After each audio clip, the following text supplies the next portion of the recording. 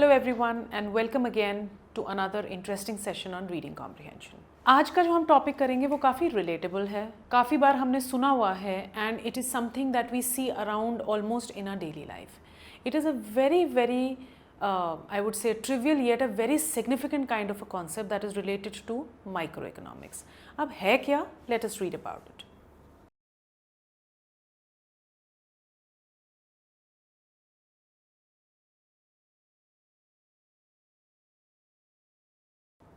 Passage बहुत easy है, इसकी लैंग्वेज बहुत इजी है, इसमें जो इन्होंने आप बोलिए एनोलॉजीज एंड एग्जांपल्स दिए हैं quite relatable to our daily life. Let us get started.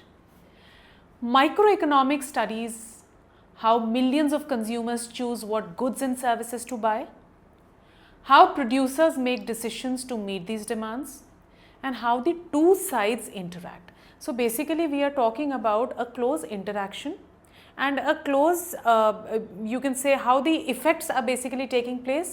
This is what microeconomics it studies. So we are studying one perspective from the point of view of a consumer, the other from the point of view of a producer, and how of course these two sides are interacting. Much of the time the transactions work fairly smoothly. That is why microeconomics is often a story of a dog that does not bark in the night, which in turn explains why non-economists are often unaware of any microeconomic problems. Now this was something whereby an analogy has been given to you, and this was something that brought about a novelty in this particular statement. So we are talking about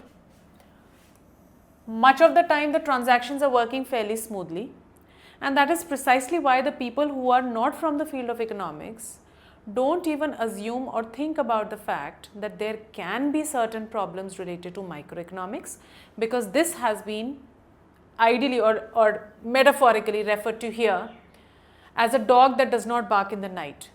It doesn't mean that the dog cannot bark, but the dog is not barking at night, right? But from time to time things do go wrong. But दे रखा है and do दे रखा है. For example, the gasoline shortages in the 1970s and the housing bubble and its collapse in 2000. Therefore, it behooves all intelligent people to get some basic understanding of microeconomics. When and how transactions go well, when and why they fail, and what can be done when they do fail or threaten to fail. Right? So here in this particular paragraph, we are talking about what is microeconomics, how microeconomics as a field of study is trying to establish a relationship between the consumer and the producer, the activities that govern a relationship between the two. Generally, microeconomics, it thrives well, but it does not mean that there are no problems in it. Just because you are not seeing the problems superficially doesn't mean that there can be no problems. That is why the author is giving us a message कि हर किसी को एक micro economics का basic knowledge होना बहुत ज़्यादा ज़रूरी है, कि वैसे तो ये सिस्टम फेल नहीं होता है, लेकिन अगर फेल हो जाए तो क्या करना है, अगर फेल ना हो तो कैसे चलता है, और अगर थ्रेटन करे so how things are to be worked upon. In most societies, consumers and producers interact in the market. Not necessarily traditional bazaars and marketplace, but shops, restaurants, other venues like bargaining tables and auctions, and increasingly the internet. So everywhere there are two sides of a particular party. One is the consumer, the other is the producer. चाहे वो consumer आपको market में मिले, traditional bazaar में मिले, mall में मिले, किसी shop में मिले, restaurant में मिले, auction में मिले, everywhere there are two sets of people. One is the producer, someone who's trying to sell a product, the other becomes the buyer. In a market, buyers pay a price to sellers for the goods or service. This price serves a twofold purpose. First, now this is something that's very important. If something is scarce, its price rises. Thus, a high price conveys information about scarcity. So let us say if I am going to a particular place as a consumer and I know that the prices are high, so I automatically assume that there is some sort of a shortage. Because of that scarcity, because of that shortage, the prices have shot up, they've gone up, right? Second, when a price is high, a supplier of that good or service can profit by producing more of it, and buyers will buy less or switch to something else. Thus, a high price also provides a natural incentive for actions that alleviate, that is to reduce the severity. So that alleviate, that is reduce the severity of the scarcity. अब दूसरी चीज़ क्या है, अब मुझे ये पता चल गया है कि भाई प्राइस जो है इसकी बहुत ज़्यादा हाई हो गई है एक पर्टिकुलर प्रोडक्ट की, उसकी वजह से क्या होगा, ऑटोमेटिकली सबको पता है कि if the prices are high तो कहीं ना कहीं स्कार्सिटी है. So I would start looking out for an alternate product जिसकी वजह से कहीं ना कहीं स्कार्सिटी की प्रॉब्लम जो है वो काफ़ी हद तक सॉर्टेड होगी. सो लेट अस से if I am buying a particular shampoo of a particular brand and I know that the prices have shot up because this product is getting very scarce in the market, what would I do? Ideally, I would start looking out for a replacement of that product, and because I'm interested in a replacement, the scarcity eventually is going to get alleviated. That means it is going to become less severe. Information and incentive mechanisms to coordinate transactions between producers and consumers, and specifically whether how prices work in this dual capacity, are the main matter of microeconomics. So how the transactions are working between a producer and a consumer, and whether the prices are going to work in a dual capacity. That means if I am a producer, I have set a particular bar or a particular price, whether this price is going to be acceptable or it is going to be rejected by the consumer. So this dual capacity between the prices and the relationship between a producer and a consumer is typically what microeconomics tries to search out for or understand or study. The focus on information and incentives, जो यहाँ पे हमको already mention है, the focus on information and incentives also tells us when and why the price mechanism can fail. It may convey, तो अभी तक तो हमने ये पढ़ा है, इनके बारे में हमने पढ़ने की कोशिश की है इन माइक्रो इकोनॉमिक्स. माइक्रो इकोनॉमिक्स हमें आगे क्या बताता है कि when and why. So it is telling us the whens and why about the price mechanism, how it can fail. First, we are talking about it may convey inadequate or wrong information or incentives, or responses to these signals may not occur. तो पहले तो ये है कहीं ना कहीं कॉन्कॉशन है, ये एक फैब्रिकेशन ऑफ इन्फॉर्मेशन है, या मैं एज अ कंज्यूमर मार्केट की जो इन्फॉर्मेशन है उसको समझ नहीं पा रही हूँ, राइट, या वो इन्फॉर्मेशन रॉन्ग है, ये इनएडिक्वेट है. या दूसरी बात, मैंने अपनी तरफ से एज अ प्रोड्यूसर एक पर्टिकुलर प्राइस सेट कर लिया है, बट मुझे मार्केट से यानी कि जो कंज्यूमर फोर्सेस हैं उनसे मुझे कोई रिस्पॉन्स जो है सामने से नहीं आ रहा है, तो तब आपके प्राइसेस जो है वो फॉल होते हैं. पहली चीज़, मैंने प्राइस अपना बढ़ाया या घटाया लेकिन मार्केट को समझ में नहीं आ रहा है क्योंकि इन्फॉर्मेशन एडिक्वेट है. दूसरी बात, मैंने अपना प्राइस बढ़ाया या घटाया बट मुझे मार्केट से कोई रिस्पॉन्स नहीं मिल रहा है. इन दोनों सिचुएशंस में मेरा जो भी प्राइसेस का मैंने बात किया है, that might fail, that whole mechanism, it might fail. The most frequent failure of this kind arises when one person's actions have spillover effects on others. How? Every car driver contributes to air pollution, which increases the scarcity of clean air.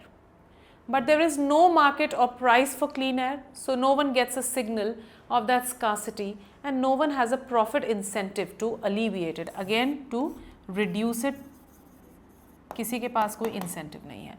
I am also driving a car, you are also driving a car, there are millions of people who are driving a car.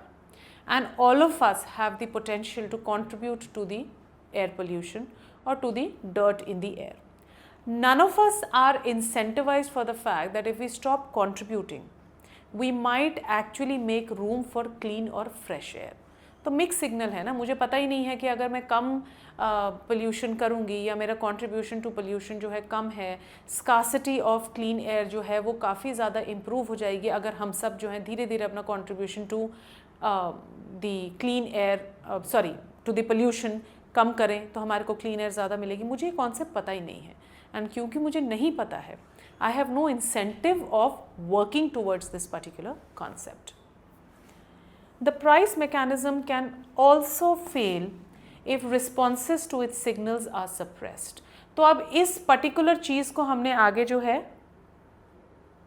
Elaborate किया है। सबसे पहले इनएडिक्वेट information मेरे पास क्या है, उसका example क्या है, मुझे पता ही नहीं है, मुझे सिग्नल ही नहीं है कि उस स्कार्सिटी को कम करने के लिए जो है मेरे को एक प्रॉफिट दिया जाएगा, मुझे इंसेंटिवाइज किया जाएगा। आई डोंट नो मुझे कोई इंसेंटिव मिलेगा या नहीं मिलेगा उस पर्टिकुलर चीज़ के लिए, right? So I am not bothered. The price mechanism can also fail if responses to its signals are suppressed. Price controls suppress them. अब मैंने मार्केट में खबर तो फैला दी है, लेकिन मुझे रिस्पॉन्सेज ही नहीं मिल रहे हैं। मुझे रिस्पॉन्स क्यों नहीं मिल रहा है? क्योंकि प्राइसेस जो है हर एक चीज़ को गवर्न कर रहे हैं। That is why I am not getting any response from the market. So do barriers to entry of new producers, whether natural barriers, strategic ones erected by entrenched producers, or those created by government policies.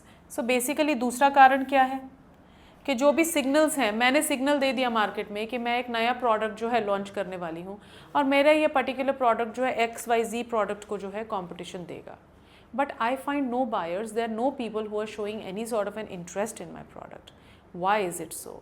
It could be first because of some sort of entry barriers that are there. It could also be because of barriers that have been imposed because जो entrenched यानी कि पुराने producers हैं वो नए product को आने नहीं दे रहे, ज़बरदस्ती अपना प्रोडक्ट बेचने में लगे हुए हैं, इसलिए मार्केट से रिस्पॉन्स नहीं है. या इसीलिए भी हो सकता है कि कुछ गवर्नमेंट पॉलिसीज़ हैं जिसकी वजह से मार्केट से कोई रिस्पॉन्सेस नहीं आ रहे हैं.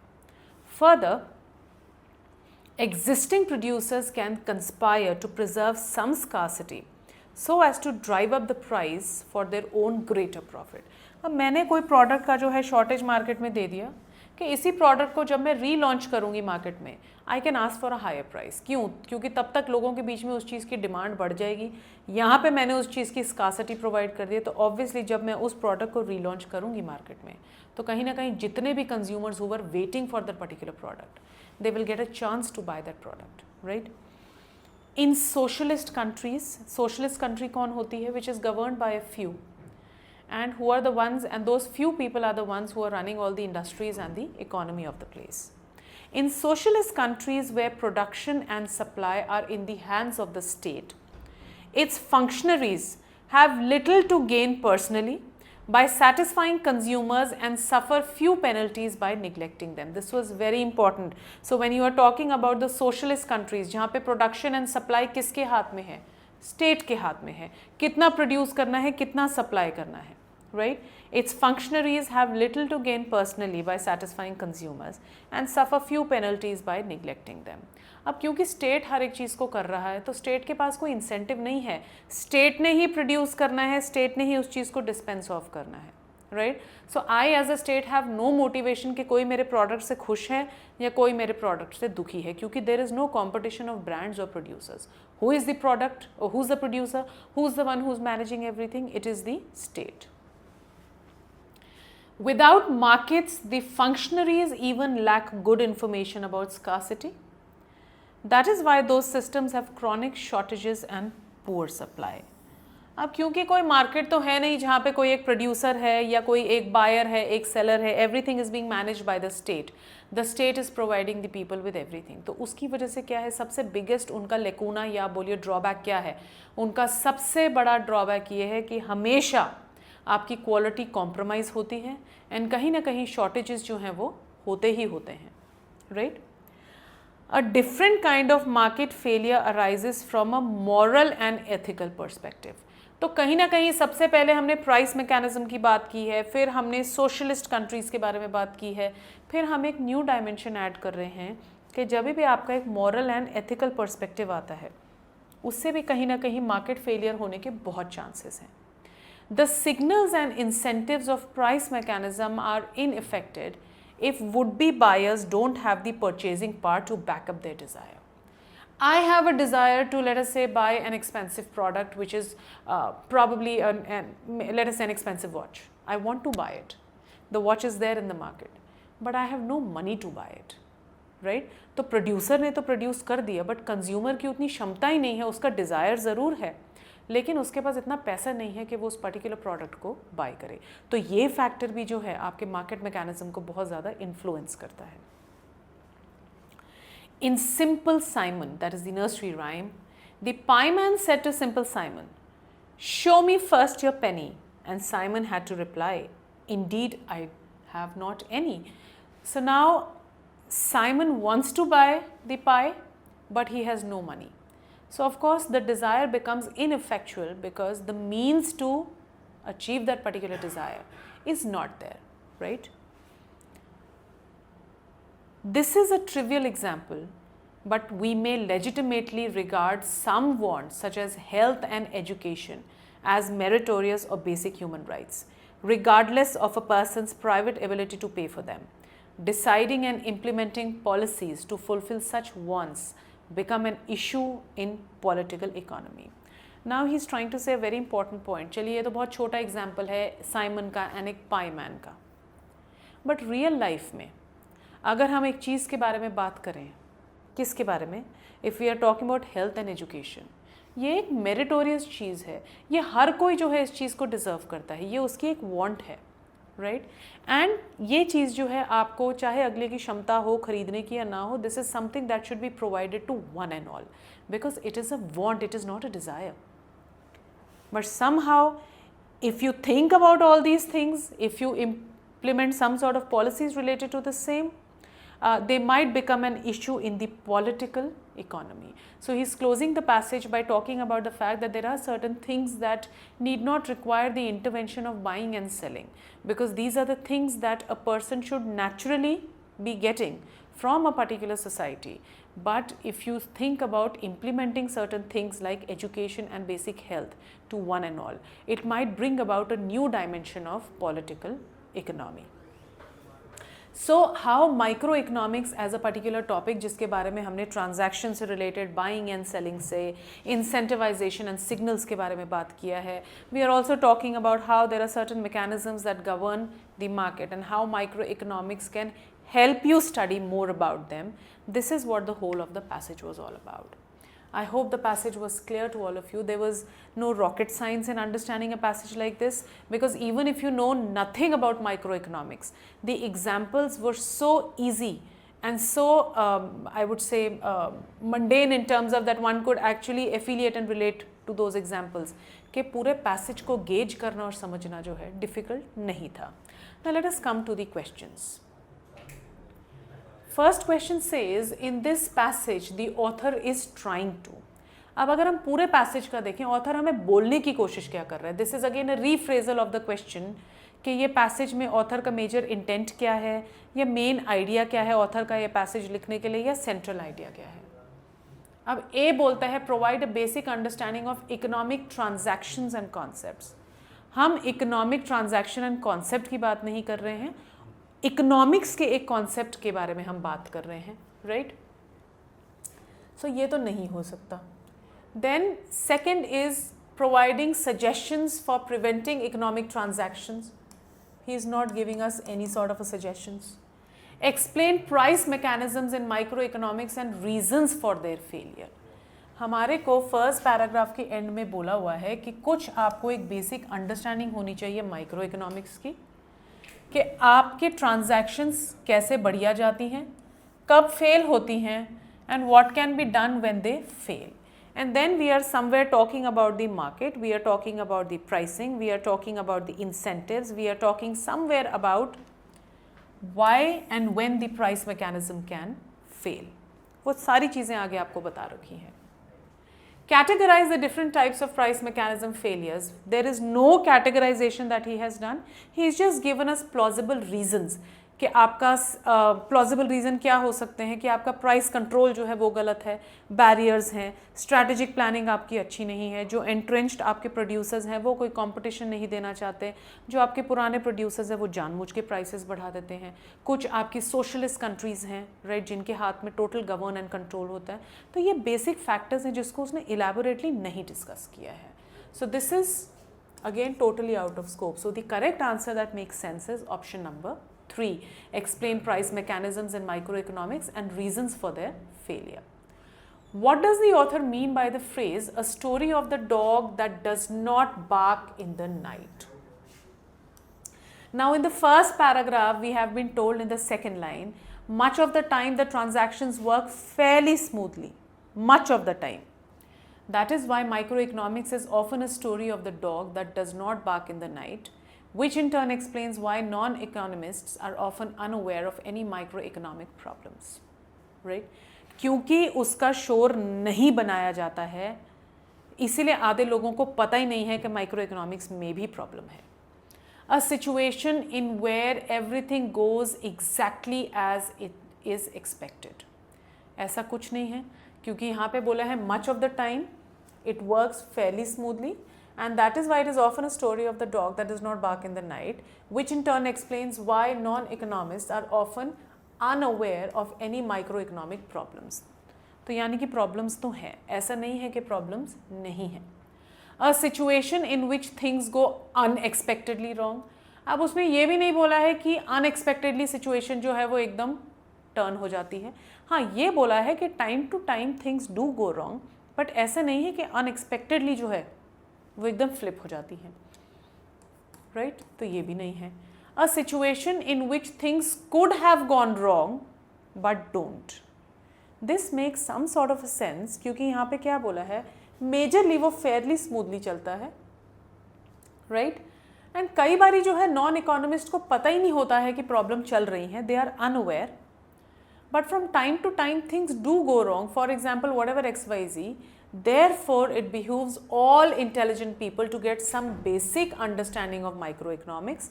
एंड वो क्या है, when and how transactions go well, यानी कि मेजरली ट्रांजैक्शंस आपकी ठीक चलती हैं, कई बारी वो फेल भी होती हैं. What can be done when they fail or they threaten to fail? So यानी कि काफ़ी एक आपकी अनएंटिसिपेटेड सिचुएशन है. हो सकता है ख़राब हो भी जाए, हो सकता है बिल्कुल शानदार चले. So therefore option number 3 makes a decent sense. A situation in which things go wrong repeatedly. कहीं पे भी नहीं बोला है कि रिपीटेडली वो रॉन्ग ही जाएंगी. ये बोला है हो सकता है अच्छी भी जाएं, हो सकता है बुरी भी जाएं, हो सकता है थ्रेटन करें, और हो सकता है कि थ्रेटन बिल्कुल ना भी करें. तो आपके दोनों एक्सट्रीम एंड्स के बारे में बोला गया है. That is why the author is urging all the people who have no knowledge of micro economics that they should apprise themselves of the basics and fundamentals of micro economics. Why does the price mechanism fail in socialist countries? अब socialist countries का हमें एक बहुत important point बोला है कि socialist countries में production and supply जो है वो state के हाथ में है. कोई मिडल मैन तो है नहीं, तो इसलिए स्टेट के पास एज सच कोई इंसेंटिवाइजेशन नहीं है of making the product thrive और from stopping the products to fail. तो उसकी वजह से क्या होता है, कहीं ना कहीं ये देखा गया है कि जो फंक्शनरीज हैं उनके पास गुड इन्फॉर्मेशन नहीं है, जिसकी वजह से काफ़ी ज़्यादा chronic shortages and poor qualities इस टाइप के सिस्टम्स में देखी गई हैं. So why does the price mechanism fail in socialist countries? A बोलता है the state favours certain producers and suppliers. वो कहीं पे भी किसी को फेवर नहीं कर रहा है, क्योंकि वहाँ पे आपके फंक्शनरीज जो है वो बहुत ज़्यादा आपके कम है, बेसिक हैं, एंड क्योंकि प्रोडक्शन एंड सप्लाई जो है वो स्टेट के हाथ में ही होता है, तो उसके फंक्शनरीज जो हैं उनका कोई पर्सनल गेन नहीं है इसमें. जो भी गेन होगा it is going to go to the state, it is not getting in to anyone's coffers. तो ये तो नहीं है सर्टन, क्योंकि यहाँ पे प्रोड्यूसर एंड सप्लायर कौन है, आपका स्टेट ही है. Producers and suppliers are disconnected from consumers. ये कहीं ना कहीं जो है हमारे को इट इज़ मेकिंग सेंस, क्योंकि पैसेज में बोला है कि जो फंक्शनरीज हैं, जो ये पूरा फंक्शन कर रहे हैं of production and supply, they have little to gain personally by satisfying consumers and suffer few penalties by neglecting them. तो जब मेरे को पता है कि मेरे को कोई इंसेंटिव ही नहीं मिलना है कंज्यूमर को सेटिस्फाई करके, या मुझे कोई पेनल्टी नहीं मिलनी है कंज्यूमर को डिससेटिस्फाई करके, so I would not be bothered because I am not giving that sort of an importance to the consumer. I am just focusing on the fact as to how the supply and basically the production and the supply of the things are working. New producers are barred from entering the market. We've not been told whether the new producers are barred or not. That is a situation that we are talking about, a typical price mechanism. या जब हमने ये बोला है कि कुछ आपके signals जो है वो सप्रेस हो जाते हैं क्योंकि मार्केट में मैसेज जो है डिफरेंट जा रहा है, एंड वो सिग्नल्स क्या हैं, जहाँ पे पुराने आपके जो प्रोड्यूसर्स हैं, जो एंट्रेंच्ड वाले हैं, they are not letting people, they are not letting other producers get inside the market for competition. तो ये सिचुएशन जो है हमारे को सोशलिस्ट कंट्रीज के बारे में नहीं बोला है. The market suffer from chronic shortages and poor qualities. अब दो चीज़ें हमारे को बता रखी, ये भी नहीं हो सकता. अब ये दोनों चीज़ें जो हैं, that is option number 2 and option number 4, are from the perspective of socialist countries. अब क्या प्राइस मैकेनिज्म सोशलिस्ट कंट्री में इसीलिए फेल हो रहा है क्योंकि मार्केट के पास शॉर्टेजेस एंड पुअर क्वालिटी है? नहीं, वो इसीलिए फेल हो रहा है क्योंकि मेरे को कंज्यूमर से कुछ लेना देना नहीं है. अगर कंज्यूमर खुश है तो भी मेरे को कोई इंसेंटिव नहीं मिल रहा है, अगर कंज्यूमर डिससैटिस्फाइड है तो भी मुझे कोई पनिशमेंट जो है वो नहीं मिल रही है. So because that connect is not there with the consumer, right? क्योंकि कनेक्ट नहीं है, उसका रेपरकशन जो है वो chronic shortage and poor quality है. बट पहला पॉइंट है disconnected from consumer.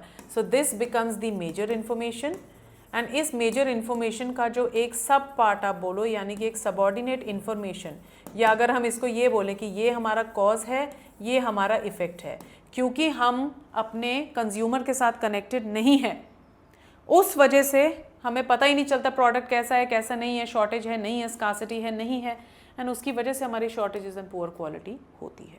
So the correct answer for the mechanism to fail is there is no relationship between the socialist country, which is the functionary and the consumer. The simple Simon example is meant to show that. अब simple Simon में हमें क्या बोला है? हो सकता है मेरा मन हो कोई प्रोडक्ट खरीदने का, लेकिन जब मैं उस प्रोडक्ट को एक्चुअली मार्केट में लेने जाऊँ, मेरे पास शायद उतना पैसा ही ना हो कि मैं उस मार्केट से उस चीज़ को खरीद पाऊँ, राइट? अब ए बोलता है some people don't have the money to pay for basic needs such as health and education. वो सिंपल साइमन के साथ और पाई मैन का एग्जाम्पल के साथ रिलेट नहीं है. वो कहीं ना कहीं एंड में हम लोगों को बता रखा है कि चलो कई बारी तो होती है कि आपके पास पैसा नहीं होता है, लेकिन कई बारी आपकी कुछ ऐसी लेजिटिमेट वांट्स हैं जो आपके पैसे पेमेंट करने की क्षमता पे डिपेंडेंट नहीं होनी चाहिए, जैसे कि हेल्थ एंड एजुकेशन, राइट? सो ए तो नहीं है. The price mechanisms are ineffective when the potential customers don't have the money to pay for what they want to buy. चाहे आपका प्राइस जो है बड़ा हो, चाहे आपका प्राइस जो है कम हो, अगर मेरी परचेजिंग पावर ही नहीं है तो प्राइस मैकेनिज्म जो है वो टोटली इनइफेक्टिव होगा, because I do not have the purchasing power to back up that desire. I have no money in my pocket to buy a particular thing. I may have a desire, but not necessarily I have the funds to basically satisfy that particular desire. तो उसकी वजह से price mechanism कम हो, या price आपका कम हो जाए, या प्राइस आपका बढ़ जाए, या शॉर्टेज हो जाए, स्कार्सिटी हो जाए, उससे मेरे को कुछ लेना देना नहीं, क्योंकि मेरी जेब में पैसा ही नहीं है, चाहे वो उस चीज़ का वैल्यू 1 रुपये हो या 10 रुपये हो. Even something as trivial as nursery rhymes can provide an insight as to how price mechanisms work. This might seem to be a very plausible answer, but this is not plausible because we are not trying to draw a parallel between the rhymes and the economic situation. तो हम कोई analogy नहीं draw कर रहे हैं. हाँ, हम दोनों का एक कंसेप्चुअल फ्रेमवर्क को मिलाने की कोशिश कर रहे हैं, जहाँ पे हम ये बोल रहे हैं कि जो आपका ये सिंपल साइमन था, जब उसको पाई मैन ने बोला कि you show me if you have any money, he said no, I don't have any money. So even though he did have a desire to buy that particular pie, but he did not have a money, so he did not show much of an interest in that. The simple consumers of a modern economy are unfortunately the victims of price mechanism. This is totally far-fetched, right? And this is totally out of scope. We are not talking about any victimization of the consumers. So the correct answer is going to be option number 2. ये reference हमारे को different way में दे रखा है. इसमें बोला आपको पैसे का सोचना ही नहीं चाहिए कि क्षमता है या नहीं है. सरकार को कुछ ऐसी पॉलिसीज़ बनानी चाहिए जहाँ पे एजुकेशन एंड हेल्थ जो है वो लोगों को फ्री में दी जाएं, या क्योंकि वो उनकी एक बेसिक वांट है. It is not a desire, it is a want, right? But ये सारी चीज़ें जो हैं these are related to the political economy. Option number 3 हमने वैसे ही कर दिया क्योंकि हम एज एन एनोलॉजी इसको दिया है. कहीं हम कंसेप्चुअल कंपैरिजन जो है, कंसेप्चुअल कंपैरिजन कर रहे हैं, सिर्फ एज एन एनोलॉजी उसको नहीं दिया है. एंड विक्टिमाइजेशन का बात हमने कहीं पे भी नहीं किया है. अब एक हाइपोथेटिकल क्वेश्चन है. Assume a hypothetical scenario in which there is a strictly enforced fine for contributing to air pollution. Would this fine help curb pollution based on the microeconomics principles discussed in the passage?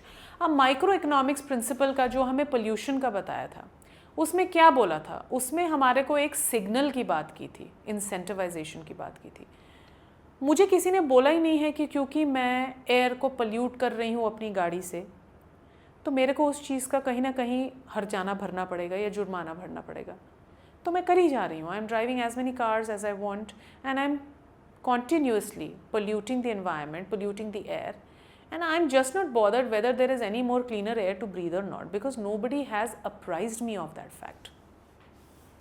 यहाँ पे उसने क्या आपको बोला था, उसने इस चीज़ के लिए आपको हमें बहुत एक क्लियर चीज़ ये बोली थी कि high price also provides a natural incentive for actions to alleviate. अब उसने इस चीज़ का जो है हमें एग्जाम्पल दिया था, स्पिल ओवर उसका क्या था, every car driver contributes to air pollution which increases the scarcity of clean air but there is no market और price for clean air so no one gets a signal that scarcity and no one has a profit incentive to alleviate it. कोई market में उस मुद्दे को लेके ही नहीं आ रहा है, जब कोई मार्केट ही नहीं है जहाँ पे मैंने पैसा दिया और बोला कि अच्छा क्लीन एयर मिलेगी, no. So I am not owning up morally also for that particular problem and I have no incentive whatsoever to alleviate or to reduce that particular problem.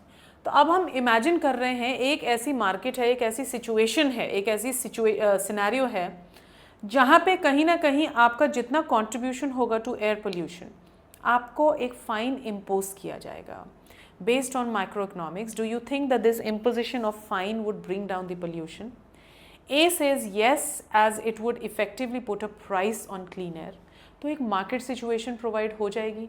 उससे पहले मैंने बोला था कि मुझे तो पता ही नहीं है कि भाई मार्केट कोई ऐसी है क्लीन एयर के बारे में जहाँ पे इंफॉर्मेशन दी जा रही है या नहीं।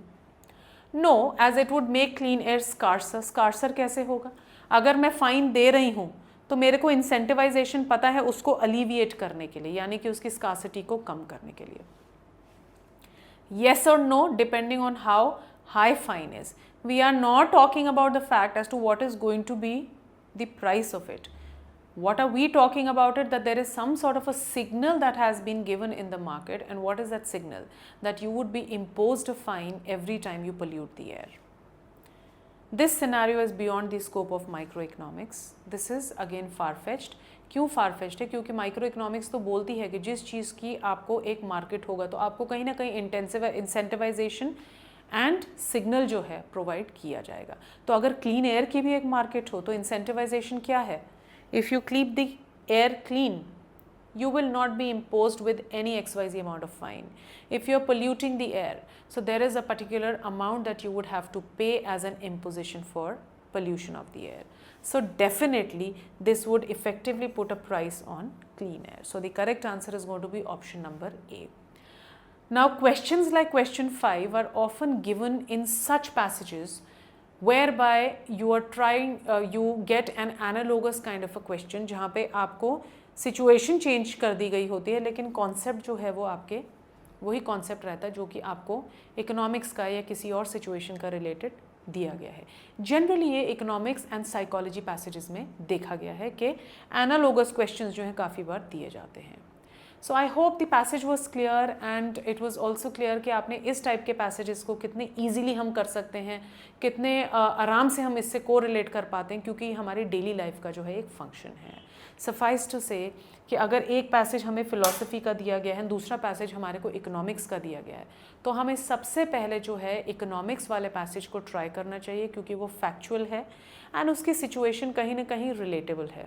फिलोसफिकल पैसेजेस में जो है क्योंकि वो बहुत डेंस एंड हैवी होता है in terms of the concept, in terms of the metaphorical language, उसको समझना और उसका अप्रोच जो है थोड़ा कहीं ना कहीं डीप एंड डिफ़िकल्ट हो जाता है। So next time you come across a passage related to macroeconomics, microeconomics or any principles that are related to the economy, it is recommended that do give it a try and do relate to what the author is trying to talk about. Thank you so much and I'll catch up with you in another interesting session of reading comprehension.